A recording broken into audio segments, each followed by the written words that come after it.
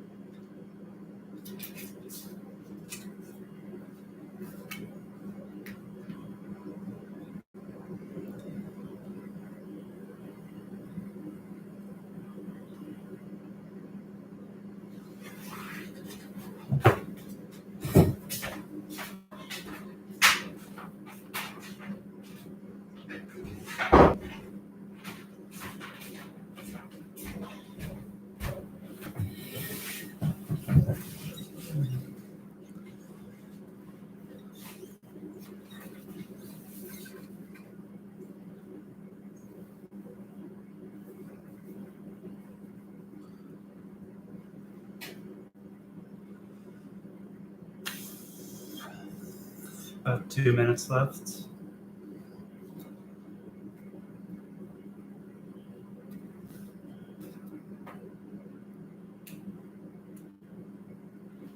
Why did I choose to read this particular book live on the internet? I guess mostly it has to do with like the nature of the text itself. I found it kind of intriguing how dense it is. There are no like section breaks. There's no chapter headings. It's really just like one block of text, and it's written intentionally in like some paratactic style, trying to be like as elusive as possible.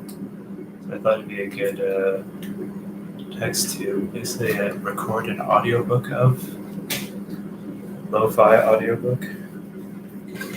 I don't really have I mean, we'll see if I have anything to actually say, any commentary to give on the text itself, but for now, until I get into it, I'm planning on just reading without actually saying anything.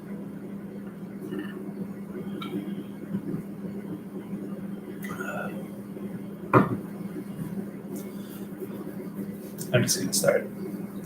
So we left off at the paragraph break here on, well, we got a bit like a few lines into page 5, but I'm going to go back to this paragraph break on page 4. I didn't mention this, but I'm using the University of Minnesota Press edition. I mean, the introduction made like a big deal out of the translation and like how it is presented, so I guess it's important what edition you're using. Anyway.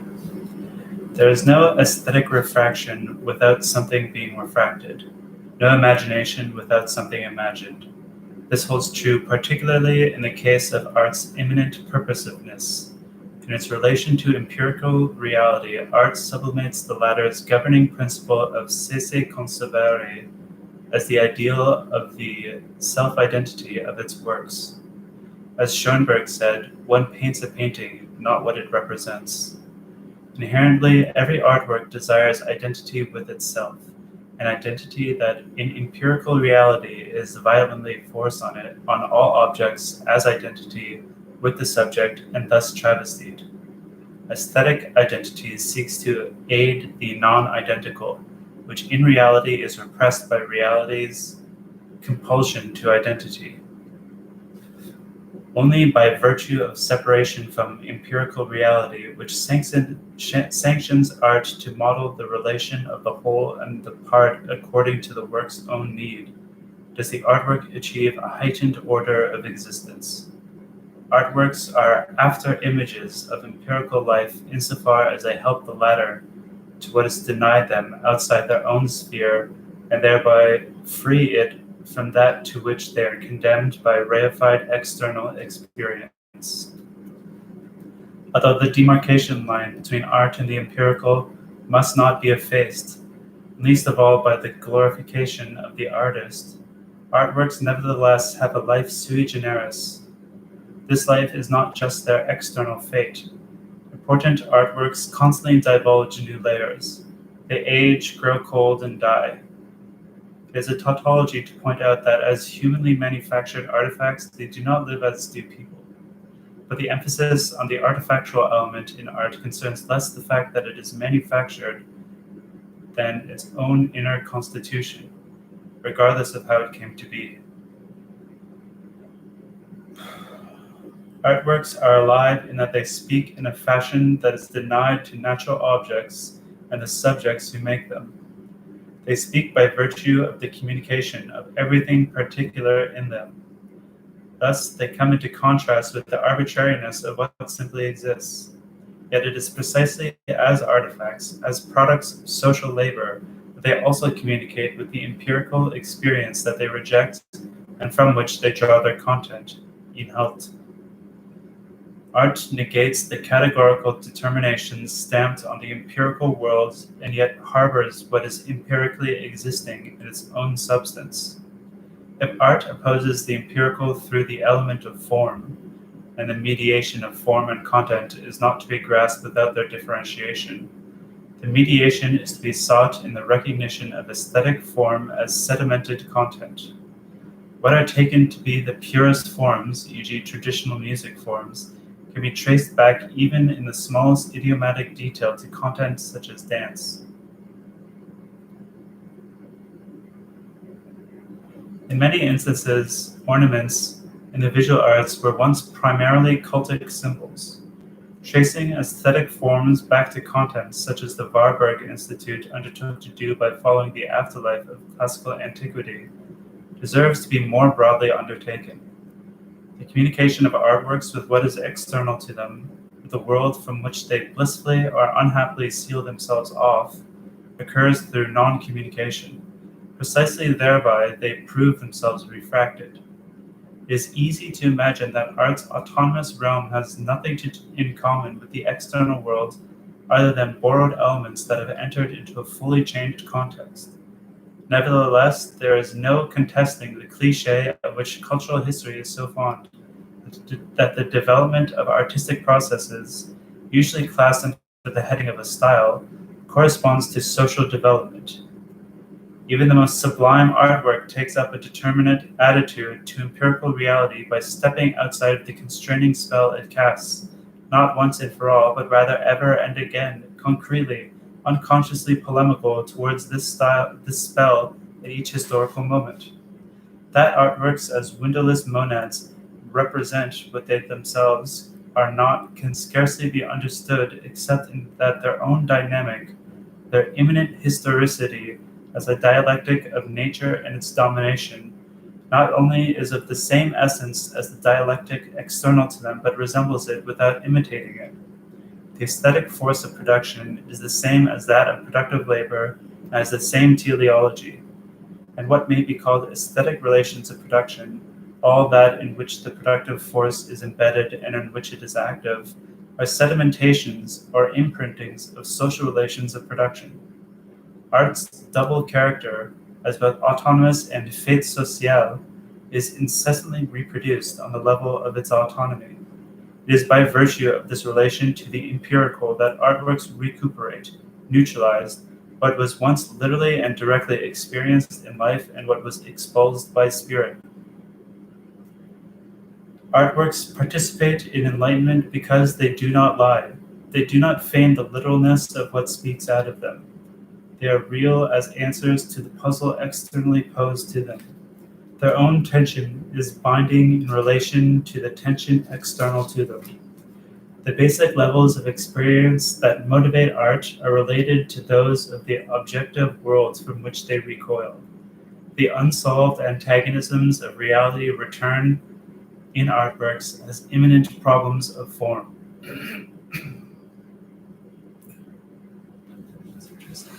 It's actually really good. The unsolved antagonisms of reality return in artworks as imminent problems of form. This, not the insertion of objective elements, defines the relation of art to society. The complex of tensions in artworks crystallizes undisturbed in these problems of form, and through emancipation from the external world's factual facade, converges with the real essence. Art, from the empirically existing, takes up a position to it in accord with Hegel's argument against Kant. The moment a limit is posited, it is overstepped, and that against which the limit was established is absorbed.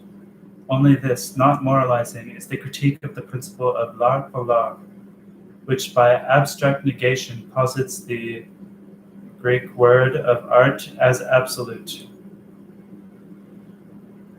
The freedom of artworks, in which this self-consciousness glories and without which these works would not exist, is the ruse of art's own reason.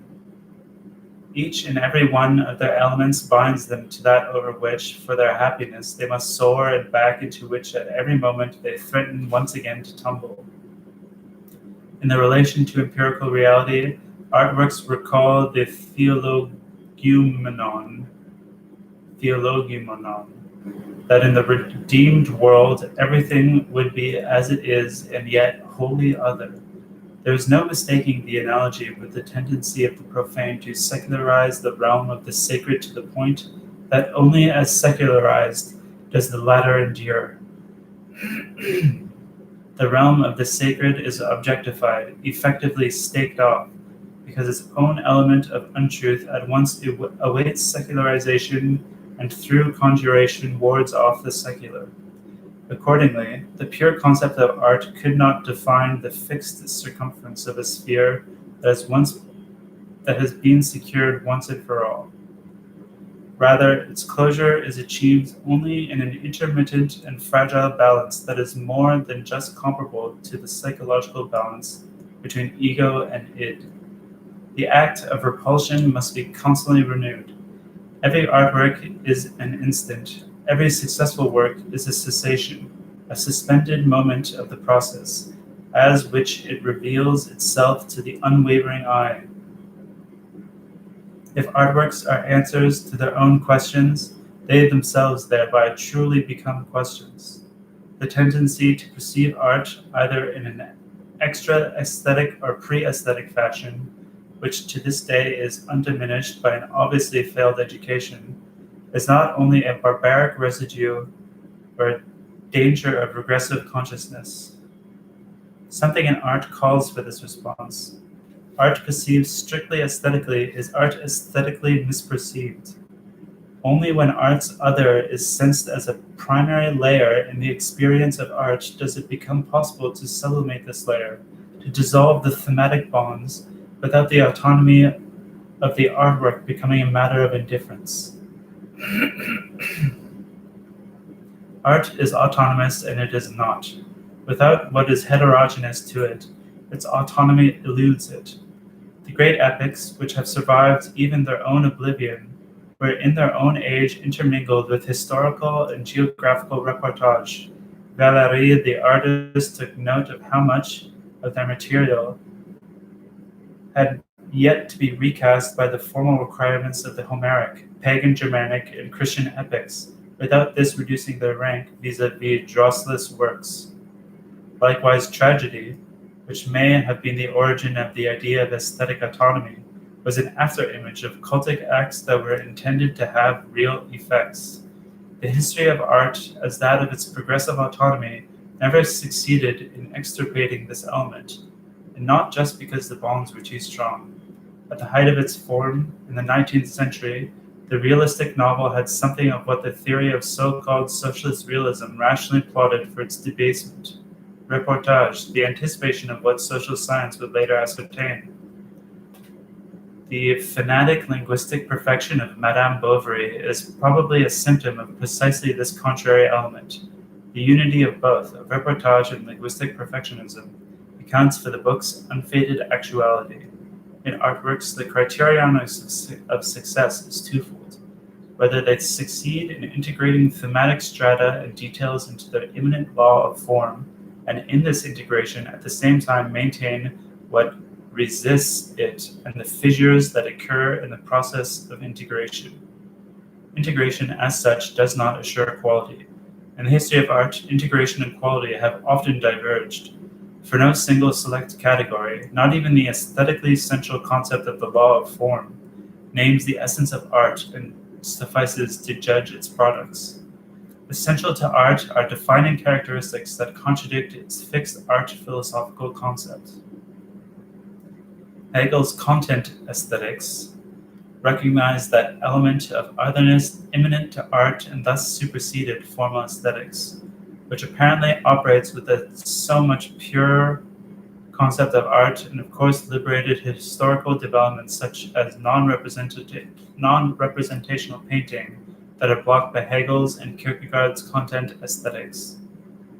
At the same time, however, Hegel's idealist dialectic, which conceives form as content, regresses to a crude pre-aesthetic level.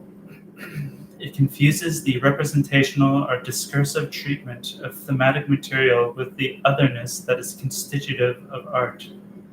Hegel transgresses against his own dialectical conception of aesthetics, with consequences he did not foresee.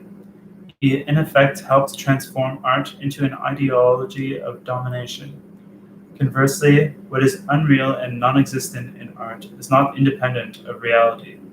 It is not arbitrarily posited, not invented as is commonly thought. Rather, it is structured by proportions between what exists, proportions that are themselves defined by what exists, its deficiency, distress, and contradictoriness, as well as potentialities. Even in these proportions, real contexts resonate. Art is related to its other as is a magnet to a field of iron filings. Not only art's elements, but their constellation as well, that which is specifically aesthetic and to which its spirit is usually chalked up, refer back to its other. The identity of the artwork with existing reality is also that of the work's gravitational force, which gathers round itself its membra disjecta, traces of the existing. The artwork is related to the world by the principle that contrasts it with the world, and that is the same principle by which spirit organized the world. The synthesis achieved by means of the artwork is not simply forced on its elements. Rather, it recapitulates that in which these elements communicate with one another. Thus, the synthesis is itself a product of otherness. Indeed, synthesis has its foundation in the spirit-distant material dimension of works, in that it in that in which synthesis is active. This unites the aesthetic element of form with non-coercion.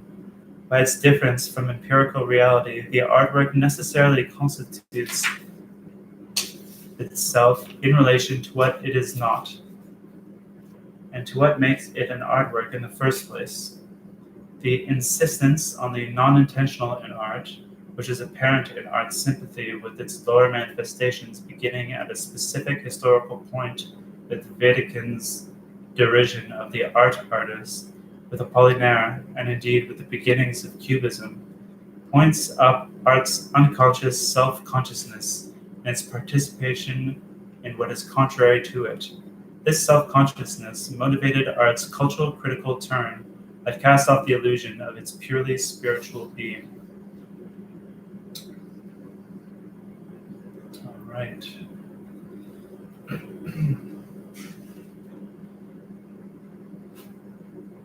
It's one paragraph. Art is the social antithesis of society, not directly deducible from it.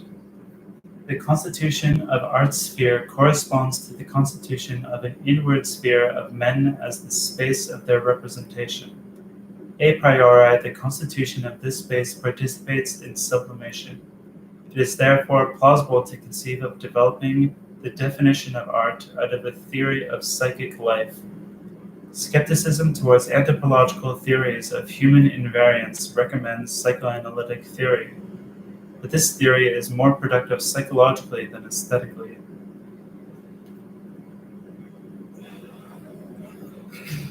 For psychoanalysis considers artworks to be essentially unconscious projections of those who have produced them, and preoccupied with the hermeneutics of thematic material, it forgets the categories of form and, so to speak, transfers the pedantry of sensitive doctors to the most inappropriate objects, such as Leonardo da Vinci or Baudelaire.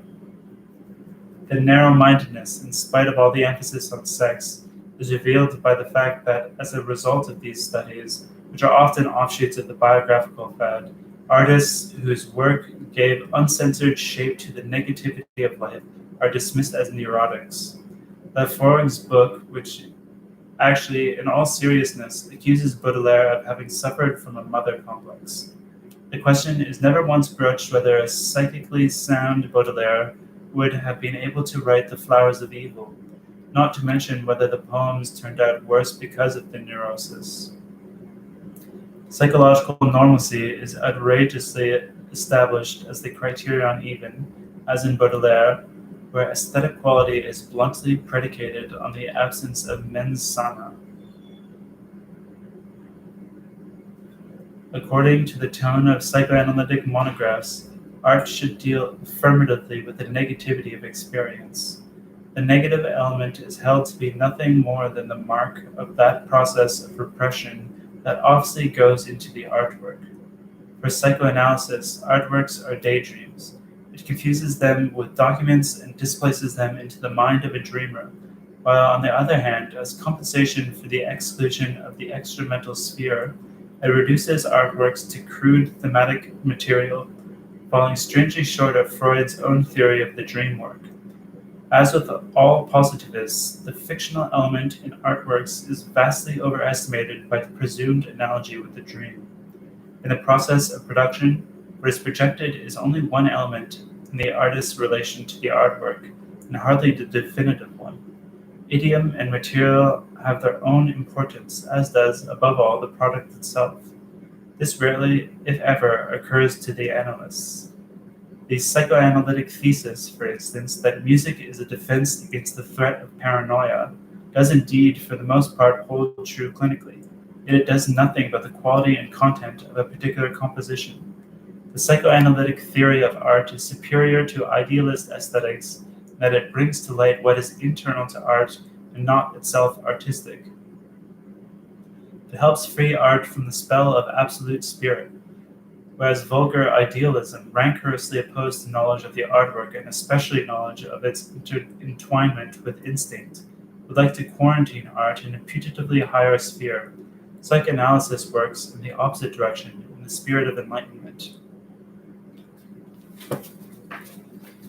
the spirit of enlightenment,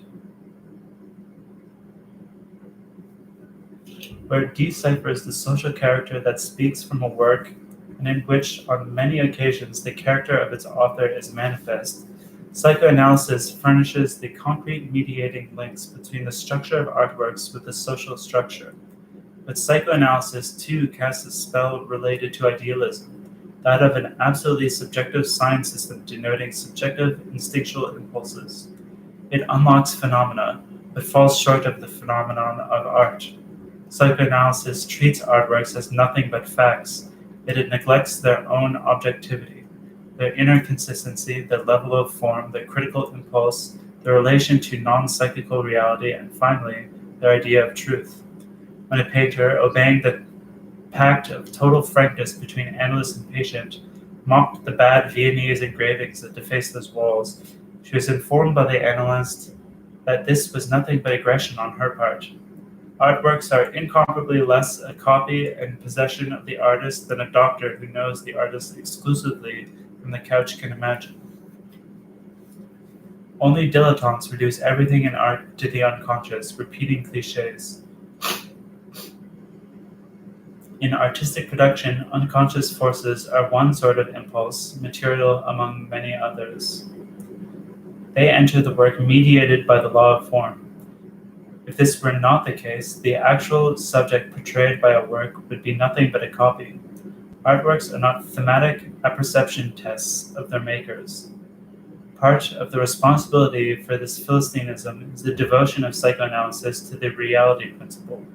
Whatever refuses to obey this principle is always merely escape. Adaptation to reality becomes the summum bonum.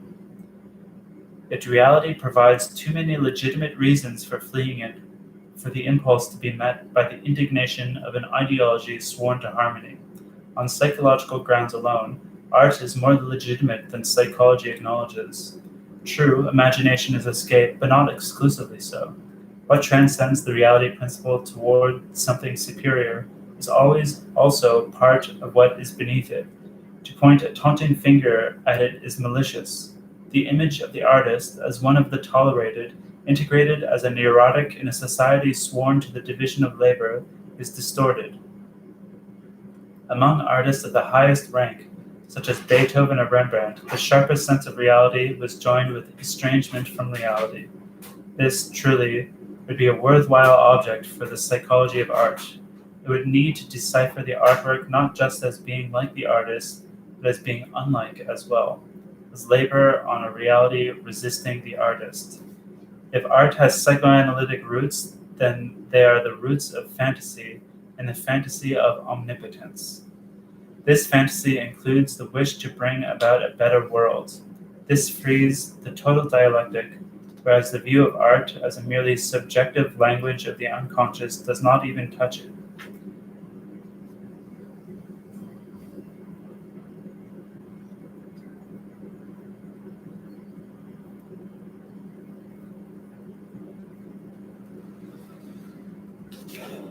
Kant's aesthetics is the antithesis of Freud's theory of art as wish fulfillment. Disinterested liking is the first element of the judgment of taste and the analytic of the beautiful. There, interest is termed the liking that we combine with the representation of the existence of an object. It is not clear, however, if what is meant by the representation of the existence of an object is its content, the thematic material, and the sense of the object treated in the work, or the artwork itself. The pretty nude model or the sweet resonance of a musical tone can be kitsch, or it can be an integral element of artistic quality.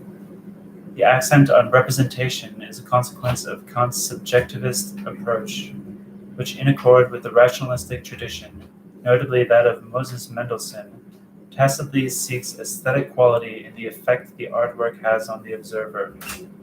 What is revolutionary in the critique of judgment is that, without leaving the circle of the older effect aesthetics, Kant at the same time restricted it through immanent criticism.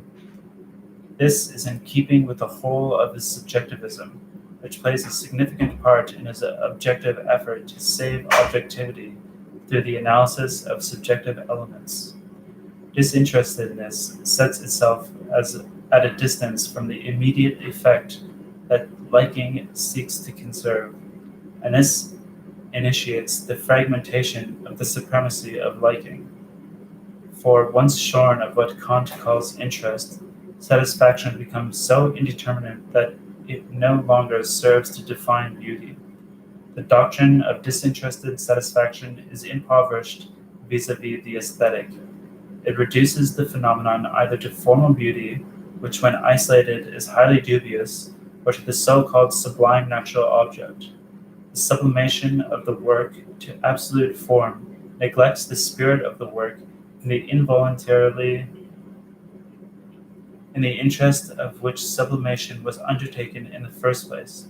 This is honestly and involuntarily attested by Kant's strange footnote, in which he asserts that a judgment of an object of liking may indeed be disinterested, yet interesting. That is, it may produce interest even when it is not based on it. Kant divides aesthetic feeling, and thus, in accord with the whole of his model, art itself, from the power of desire, to which the representation of the existence of an object refers. The liking of such a representation always has reference to the power of desire. Kant was the first to achieve the insight, never since forgotten, that aesthetic comportment is free from immediate desire. He snatched art away from that avaricious Philistinism that always wants to touch it and taste it. Nevertheless, the Kantian motif is not altogether alien to psychoanalytic art theory.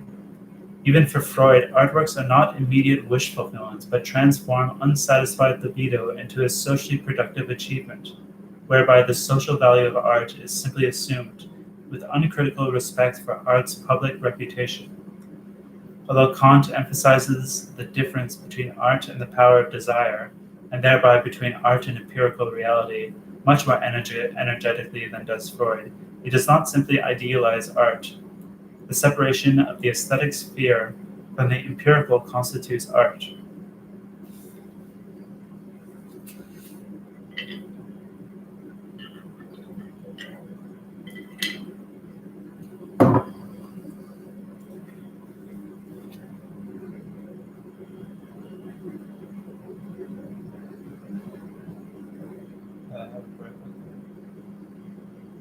The separation of the aesthetic sphere from the empirical constitutes art. Yet Kant transcendently arrested this constitution, which is a historical process, and simplistically equated it with the essence of the artistic, unconcerned that the subjective, instinctual components of art return metamorphosed even in art's maturest form, which negates them. The dynamic character of the artistic is much more fully grasped by Freud's theory of sublimation. But for this, Freud clearly had to pay no smaller a price than did Kant. If, in the latter's case, in spite of his preference for sensual intuition, the spiritual essence of the artwork originates in the distinction between aesthetic and practical, appetitive behavior, Freud's adaptation of the aesthetic to the theory of the instincts seems to seal itself off from art's spiritual essence. For Freud, artworks are indeed, even though sublimated, little more than plenipotentiaries of sensual impulses, which they at best make unrecognizable through a sort of dream work.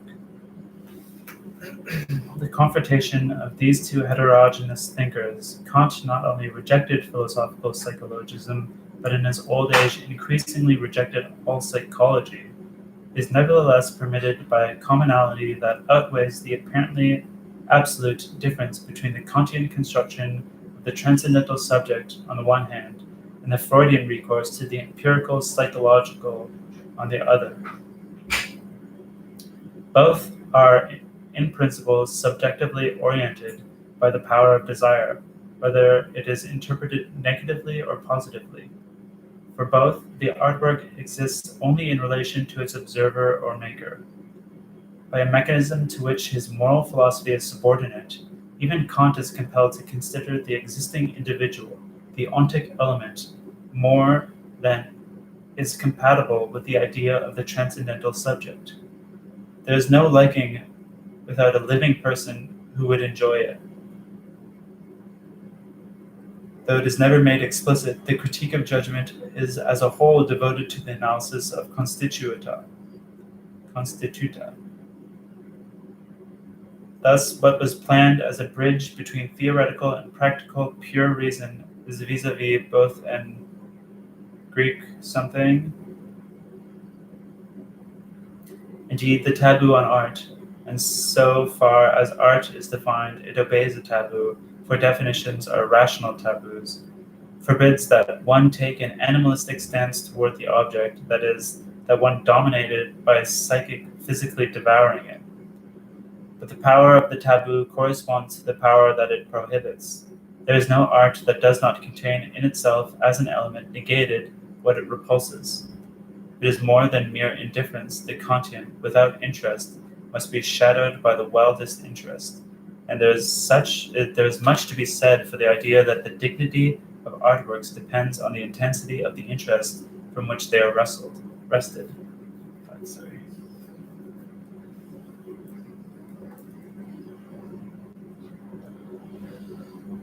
Kant denies this in favor of a concept of freedom that castigates as heteronymous whatever is not born exclusively of the subject. His theory of art is distorted by the insufficiency of the doctrine of practical reason.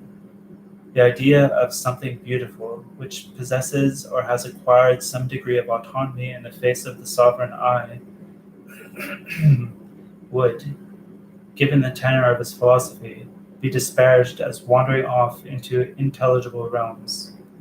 But along with that from which art antithetically originated, art is shorn of all content, and in its place he posits something as formal as aesthetic satisfaction. For Kant, aesthetics becomes paradoxically a castrated hedonism, desire without desire.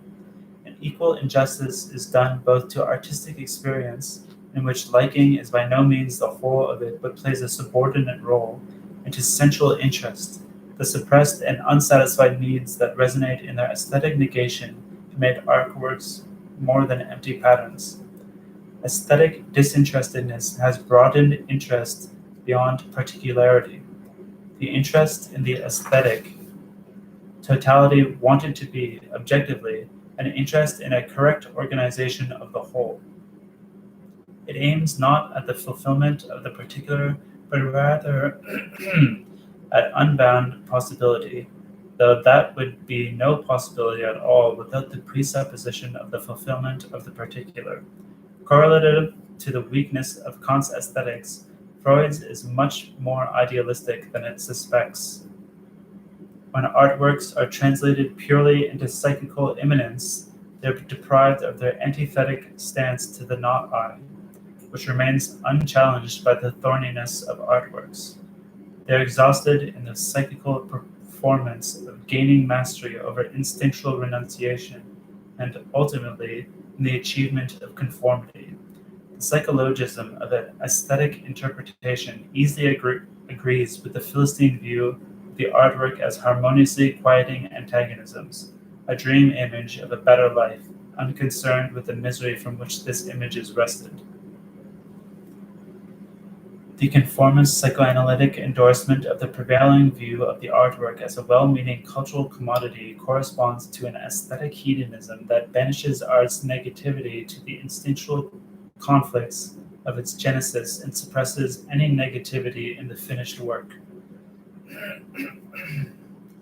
If successful sublimation and integration are made the end-all and be-all of the artwork, it loses the force by which it exceeds the given, which it renounces by its mere existence.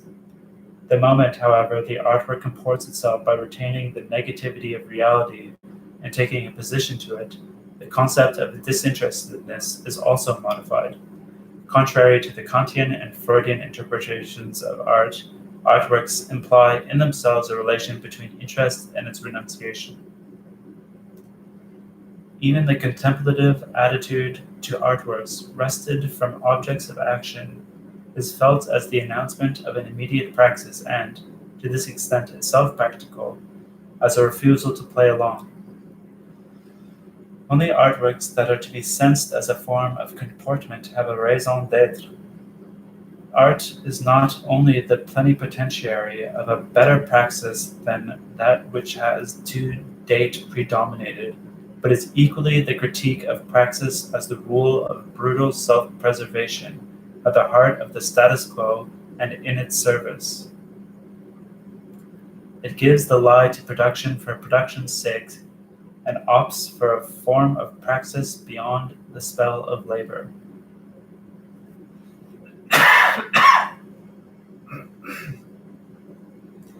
Art's promesse de bonheur means not only that hitherto praxis has blocked happiness, but that happiness is beyond praxis. The measure of the chasm separating praxis from happiness is taken by the force of negativity in the artwork. Certainly Kafka does not awaken the power of desire, yet the real fear triggered by prose works like Metamorphosis or The Penal Colony, that shock of revulsion and disgust that shakes the physis, has, as defense, more to do with desire than with the old disinterestedness cancelled by Kafka and what followed him. As a response, disinterestedness would be cruelly inadequate to his writings. Ultimately, disinterestedness debases art to what Hegel mocked, a pleasant or useful plaything of Horace's Ars Poetica. It is from this that the aesthetics of the idealist age, contemporaneously with art itself, freed itself. Only once it is done with tasteful savoring does artistic experience become autonomous. The route to aesthetic autonomy proceeds by way of disinterestedness. The emancipation of art from cuisine or pornography is irrevocable. Yet art does not come to rest in disinterestedness, for disinterestedness imminently reproduces and transforms interest. In the false world, all Greek is false. For the sake of happiness, happiness is renounced. It is thus that desire survives in art.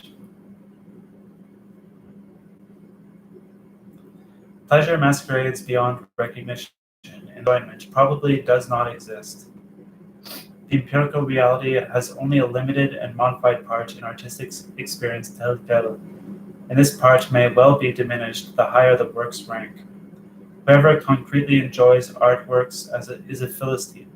He is convicted by expressions like a feast for the ears. Yet if the last traces of pleasure were extirpated, the question of what artworks are for would be an embarrassment. Actually, the more they are understood, the less they are enjoyed. Formerly, even the traditional attitude to the artwork that overpowered the beholder was their truth, which, as in works of Kafka's type, outweighs every other element. They were not a higher order of amusement. The relation to art was not that of its physical devouring. On the contrary, the beholder disappeared into the material. This is even more so in modern works that show as on occasion a locomotive does in a film. Ask a musician if the music is a pleasure. The reply is likely to be, as in the American joke of the grimacing cellist under Toscani, I just hate music. For him who has a genuine relation to art, in which he himself vanishes, art is not an object. Deprivation of art would be unbearable for him, yet he does not consider individual works sources of joy. Incontestably, no one would devote himself to art without, as the bourgeois put it, getting something out of it. Yet this is not true in the sense that a balance sheet could be drawn up. Heard the Ninth Symphony tonight, enjoyed myself so and so much. Even though such feeble-mindedness has by now established itself as common sense. The bourgeois want art voluptuous and life ascetic. The reverse would be better. Reified consciousness provides an ersatz for the sensual immediacy of which it deprives people in a sphere that is not its abode. While the artwork's sensual appeal seemingly brings it close to the consumer, it is alienated from him by being a commodity that he possesses and the loss of which he must constantly fear. The false relation to art is akin to anxiety over possession. The fetishistic idea of the artwork as property that can be possessed and destroyed by reflection has its exact correlative in the idea of exploitable property within the psychological economy of the self. If, according to its own concept, art has become what it is. This is no less the case with its classification as a source of pleasure. Indeed, as components of ritual praxis, the magical and animistic predecessors of art were not autonomous. Yet precisely because they were sacred, they were not objects of enjoyment.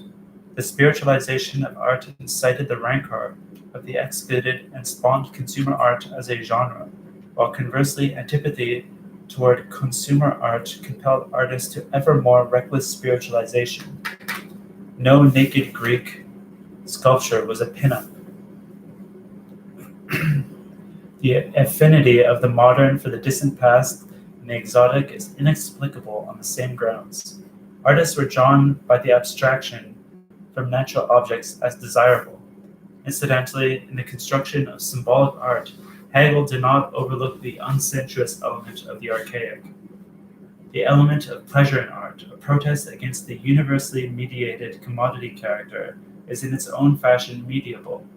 Whoever disappears into the artwork thereby gains dispensation from the impoverishment of a life that is always too little. This pleasure may mount to an ecstasy for which the meager concept of enjoyment is hardly adequate, other than to produce disgust for enjoying anything. It is striking, incidentally, that an aesthetic that constantly insists on subjective feeling as the basis of all beauty never seriously analyzed this feeling. Almost without exception, its descriptions were Banausic. Perhaps because from the beginning the subjective approach made it impossible to recognize that something compelling can be grasped with aesthetic experience only on the basis of a relation to the aesthetic object, not by recurring to the fun of the art lover. The concept of artistic enjoyment was a bad compromise between the social and the socially critical essence of the artwork. If art is useless for the business of self-preservation, bourgeois society never quite forgives that. It should at least demonstrate a sort of use value modeled on sensual pleasure. This distorts art as well as the physical fulfillment that art's aesthetic representatives do not dispense.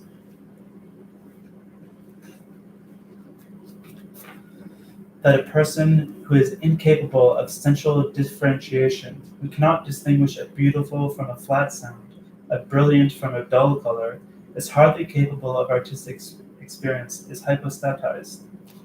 Aesthetic experience does indeed benefit from an intensified sensual differentiation as a medium of giving form, but the pleasure in this is always indirect. The importance of the sensual in art has varied. After an age of asceticism, pleasure becomes an organ of liberation and vivaciousness, as it did in the Renaissance and then again in the anti-Victorian impulse of Impressionism. At other moments, creatural sadness has borne witness to a metaphysical content by erotic excitement permeating the forms. Yet, however powerful, historically, the force of pleasure to return may be, whenever it appears in art literally, undifracted. It has an infantile quality.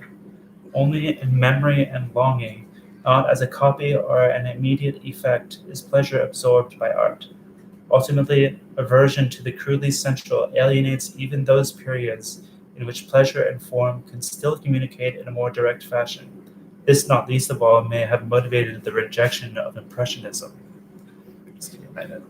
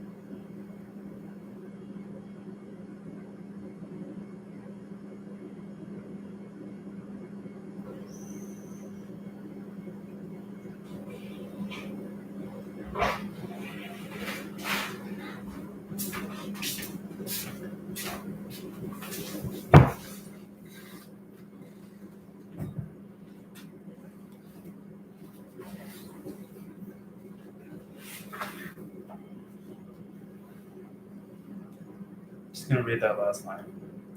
Ultimately, aversion to the crudely sensual alienates even those periods in which pleasure and form could still communicate in a more direct fashion. This, not least of all, may have motivated the rejection of Impressionism. Underlying the element of truth in aesthetic hedonism is the fact that in art the means and the ends are not identical. In their dialectic, the former constantly asserts a certain and indeed mediated independence. Through the element of sensuous satisfaction, the work's sine qua non, its appearance, is constituted. As Alban Berg has said, it is a prosaic matter to make sure that the work shows no nails sticking out and that the glue does not stink. And in many of Mozart's compositions, the delicacy of expression evokes the sweetness of the human voice. In important artworks, the sensuous, illuminated by its art, shines forth as spiritual just as the abstract detail, however indifferent to appearance it may be, gains sensuous luster from the spirit of the work. Sometimes, by virtue of their differentiated formal language, artworks that are developed and articulated in themselves play over secondarily into the sensuously pleasing. Even in its equivalence in the visual arts, dissonance, the seal of everything modern, gives access to the alluringly sensuous by transfiguring it into antithesis, pain, an aesthetic archetype of ambivalence. The source of the immense importance of all dissonance for new art since Baudelaire and Tristan, veritably an invariant of the modern, is that the imminent play of forces in the artwork converges with external reality. Its power over the subject intensifies in parallel with the increasing autonomy of the work. Dissonance elicits from within the work that which vulgar sociology calls its social alienation. In the meantime, of course, artworks have set a taboo even on spiritually mediated suavity as being too similar to its vulgar form. This development may well lead to a sharpening of the taboo on the sensual, although it is sometimes hard to distinguish to what extent this taboo is grounded in the law of form. Many of its ilk becomes a fruitless topic of aesthetic debate. The taboo on the sensual ultimately encroaches on the opposite of pleasure because, even as the remotest echo, pleasure is sensed in its specific negation. For this aesthetic sensorium dissonance bears all too closely on its contrary, reconciliation. It rebuffs the semblance of the human as an ideology of the inhuman and prefers to join forces with reified consciousness. Dissonance congeals into indifferent material. Indeed, it becomes a new form of immediacy, without any memory trace of what it developed out of, and therefore gutted and anonymous. For a society in which art no longer has a place and which is pathological in all its reactions to it, art fragments on one hand into a reified, hardened cultural possession, and on the other into a source of pleasure that the customer pockets, and that for the most part has little to do with the object itself. Subjective pleasure in the artwork would approximate a state of release from the empirical, as from the totality of heteronomous. Schopenhauer may have been the first to realize this. The happiness gained from artworks is that of having suddenly escaped, not a morsel of that from which art escaped.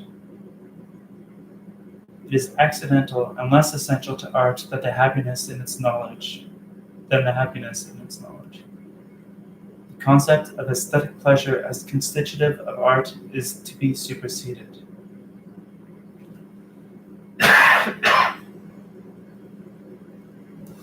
If, in keeping with Hegel's insight, all feeling related to an aesthetic object has an accidental aspect, usually that of psychological projection, then what the work demands from its beholder is knowledge and, indeed, knowledge that does justice to it.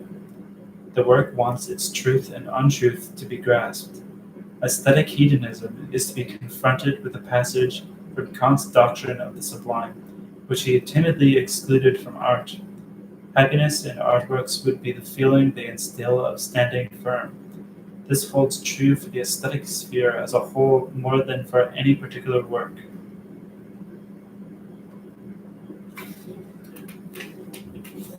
Along with the categories, the materials too have lost their a priori self-evidence, and this is apparent in the case of poetic language. The disintegration of the materials is the triumph of their being for other. Hofmannsthal's The Lord Chandos letter became famous as the first striking evidence of this. Neo-Romantic poetry as a whole can be considered as an effort to oppose this disintegration and to win back for language and other materials a degree of substantiality. The aversion felt towards Jugendstil, however, is a response to the failure of this effort. Retrospectively, in Kafka's words, it appears as a light-hearted journey going nowhere. In the opening poem to his cycle from the Seventh Ring, An Invocation of a Forest, George needed only to juxtapose gold and carnelian to be able to hope that, in keeping with his principle of stylization, the choice of words would glimmer poetically. 6 decades later, the word choice can be recognized as a decorative arrangement no longer superior to the crude accumulation of all possible precious materials in Wilde's Dorian Gray, where the interiors of a chic aestheticism resemble smart antique shops and auction halls, and thus the commercial world Wilde ostensibly disdained. Analogously, Schoenberg remarked that Chopin was fortunate. He needed only to compose in F-sharp major, a still unexploited key, for his music to be beautiful. This, however, requires the historical philosophical caveat that the materials of early musical romanticism, such as Chopin's rare tonalities, did indeed radiate the force of the untrodden, whereas these same materials were by 1900 already debased to the condition of being select. The fate suffered by this generation's works, their juxtapositions and keys, inexorably befell the traditional concept of the poetic as something categorically higher and sacred. Poetry retreated into what abandons itself unreservedly to the process of disillusionment. It is this that constitutes the irresistibility of Beckett's work.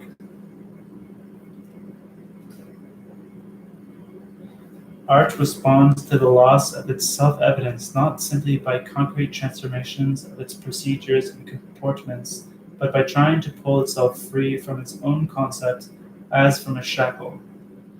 The fact that it is art, this is most strikingly confirmed by what were once the lower arts and entertainment, which are today's administered, integrated, and qualitatively reshaped by the culture industry. For this lower sphere never obeyed the concept of pure art, which itself developed late.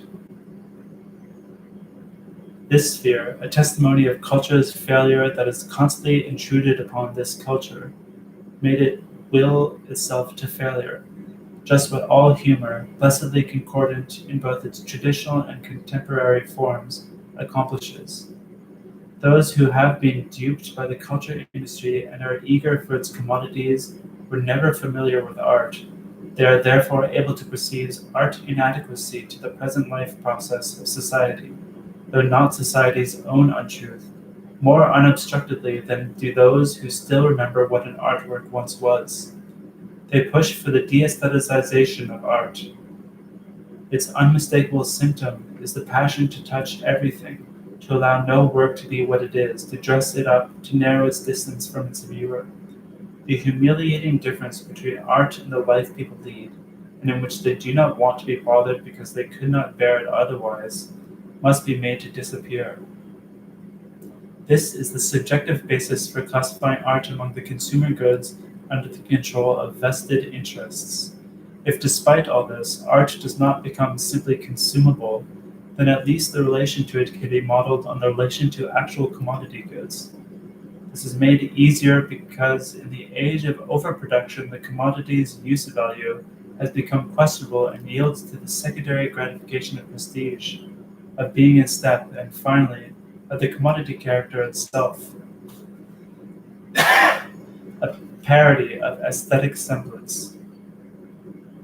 Nothing remains of the autonomy of art, that artworks should be considered better than they consider themselves to be, arouses indignation in cultural customers. other than the fetish character of the commodity, regression to the archaic fetishism in the origin of art. To this extent, the contemporary attitude to art is regressive. What is consumed is the abstract being for other of the cultural commodities, though without their actually being for others. By serving the customers, they themselves are betrayed.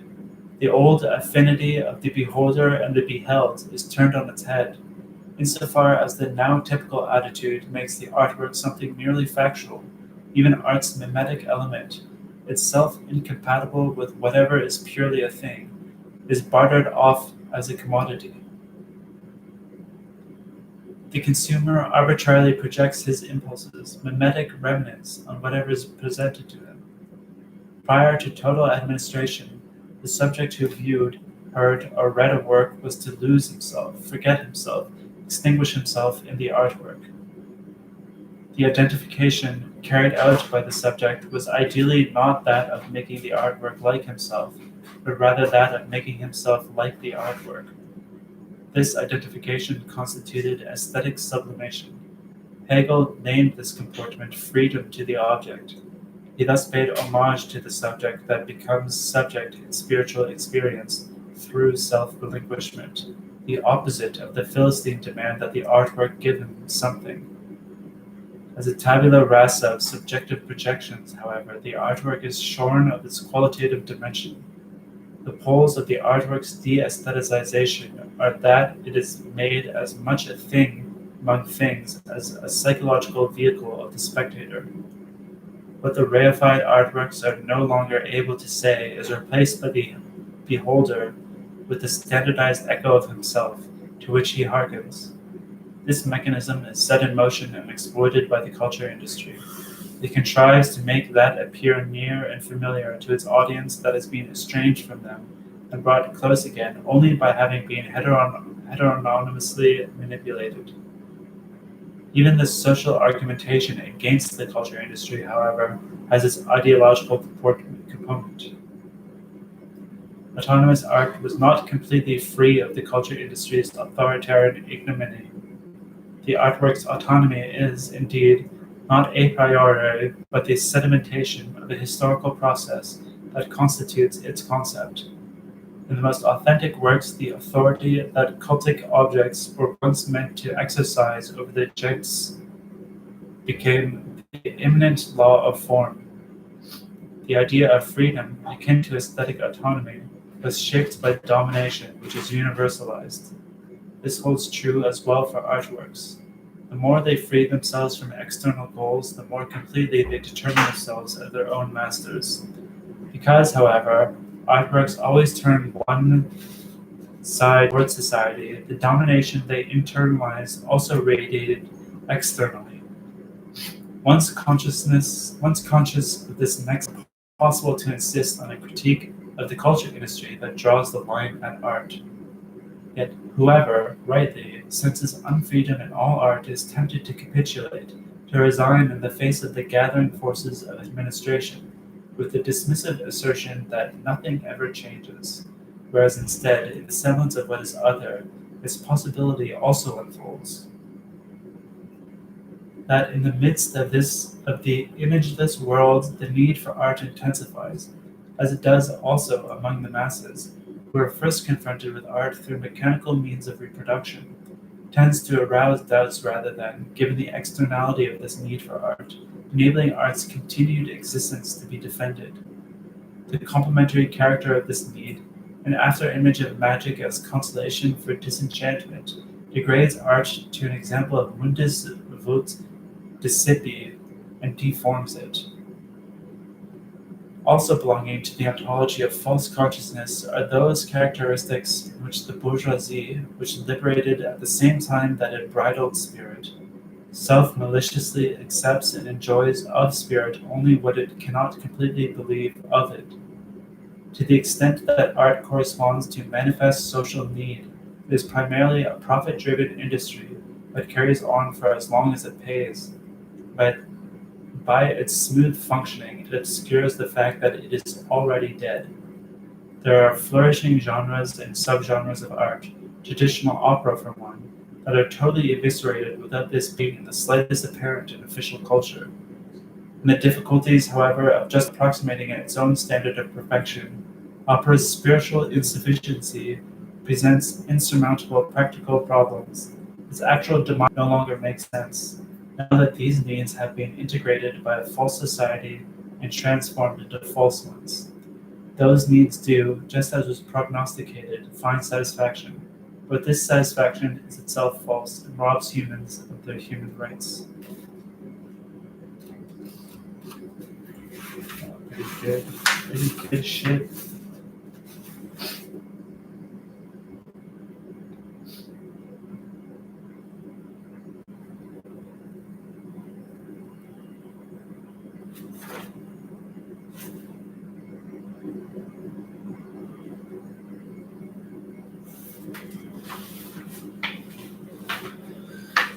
All right. Thank you. See you again tomorrow. We'll be starting again at page 18 at the first section break, which, according to the table of contents, we've made it into the second section or chapter, situation. We're on the language of suffering. So tomorrow, language of suffering.